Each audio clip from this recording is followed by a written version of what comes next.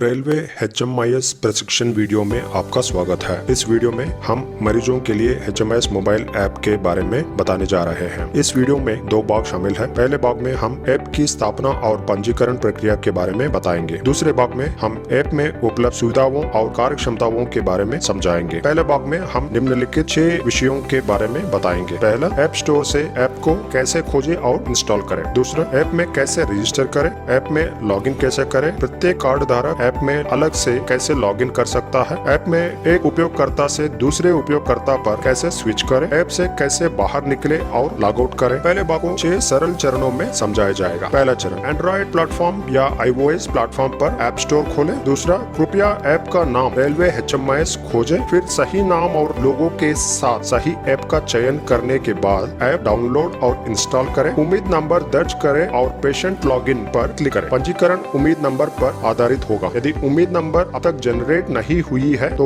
उपयोगकर्ता को उम्मीद पोर्टल में इसे जनरेट करने की आवश्यकता है। 4, पंजीकरण पूरा करने के लिए OTP दर्ज करें। OTP उम्मीद नंबर से जुड़े रजिस्टर्ड मोबाइल नंबर पर आएगा। 5, विशिष्ट उपयोगकर्ता का चयन करने या एक उपयोगकर्ता से दूसरा उपयोगकर्ता पर स्विच करने के बारे में हम अभी बताएंगे। हमें इस सुविधा को समझने के लिए 2 संभावित परिचयों को समझने की आवश्यकता है। परिचय 1, यदि परिवार के कुछ सदस्य एक ही मोबाइल नंबर के साथ पंजीकृत है तो उपयोगकर्ता ऐप में ऐसे सभी सदस्यों की जानकारी देख सकता है। इसलिए किसी भी जुड़े सदस्य के लिए इस सेवा का लाभ उठाया जा सकता है। उदाहरण के लिए, एक कर्मचारी अपनी ओर से बच्चों या वरिष्ठ नागरिकों आदि के लिए मेडिकल रिकॉर्ड देख और डाउनलोड कर सकता है, क्योंकि उन्हें डिजिटल सहायता की आवश्यकता हो सकती है। इस मामले में उपयोगकर्ता प्रोफाइल और रिकॉर्ड देखने के लिए आसानी से एक उपयोगकर्ता से दूसरा उपयोगकर्ता में स्विच कर सकता है। यह एक उदाहरण की मदद से समझा जाता है। आप इसे स्क्रीन पर देख सकते हैं। पंजीकृत मोबाइल नंबरों के आधार पर उपयोगकर्ता अपने ऐप में परिवार के अन्य सदस्यों का विवरण देख सकते हैं। परिचय 2, HMIS ऐप प्रत्येक कार्ड धारक के लिए स्वतंत्र लॉगिन की सुविधा प्रदान करता है। इसका मतलब है कि कर्मचारियों या पेंशन भोगियों के परिवार के सदस्यों में से कोई भी ऐप में व्यक्तिगत रूप से लॉगिन कर सकता है। इसके लिए जिन परिवार के सदस्यों के मोबाइल नंबर UMID में रजिस्टर्ड नहीं है, वे भी प्राथमिक कार्ड धारक के मोबाइल नंबर से OTP के साथ लॉगिन कर सकते हैं। यह भी एक उदाहरण की मदद से समझा जाता है। आप इसे स्क्रीन पर देख सकते हैं। बेटा का मोबाइल नंबर पंजीकृत नहीं है, लेकिन पिता का मोबाइल नंबर से जुड़ा गया है। अंत में, कृपया बाहर निकलने या लॉग आउट के लिए लॉग आउट आइकन पर क्लिक करें। यह ध्यान दिया जा सकता है कि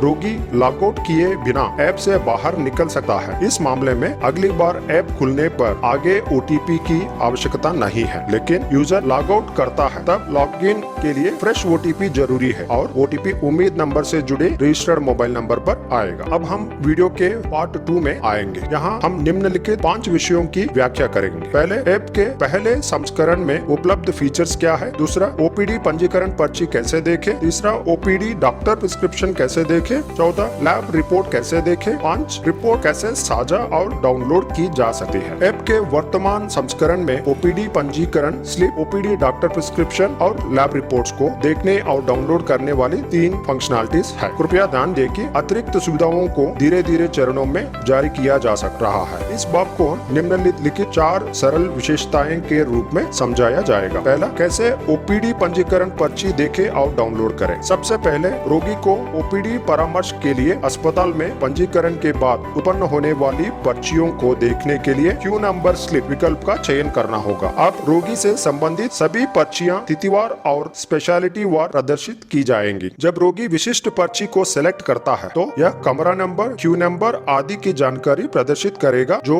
रोगी को पहचानने में और अस्पताल में सही सुविधा तक पहुंचने में मदद करेगा। अब आएंगे कैसे OPD डॉक्टर प्रिस्क्रिप्शन देखें और डाउनलोड करें। सबसे पहले, रोगी को OPD परामर्श के बाद डॉक्टर द्वारा उत्पन्न पर्ची देखने के लिए प्रिस्क्रिप्शन व्यू विकल्प का चयन करना होगा। अब रोगी से संबंधित सभी नुस्खे प्रदर्शित किए जाएंगे, तारीख से, लिहाज से और विशेषतावर। जब रोगी विशिष्ट नुस्खे का चयन करता है तो यह डॉक्टर द्वारा सलाह दी गई दवाओं, जांच आदि की जानकारी प्रदर्शित करेगा। तीसरा, कैसे प्रयोगशाला रिपोर्ट देखें और डाउनलोड करें। सबसे पहले, रोगी को अस्पताल में परीक्षणों के बाद उत्पन्न जांच रिपोर्टों को देखने के लिए लैब रिपोर्ट व्यू विकल्प का चयन करना होगा। अब मरीज को संबंधित सभी रिपोर्ट प्रदर्शित की जाएगी। जब रोगी विशिष्ट परीक्षण का चयन करता है तो यह परीक्षणों के नाम, तमाम मापदंडों और परिणामों की जानकारी वाली रिपोर्ट प्रदर्शित करेगा। 14. कैसे रिपोर्ट शेयर और डाउनलोड करें। जब भी रोगी किसी विशिष्ट रिपोर्ट, पंजीकरण पर्ची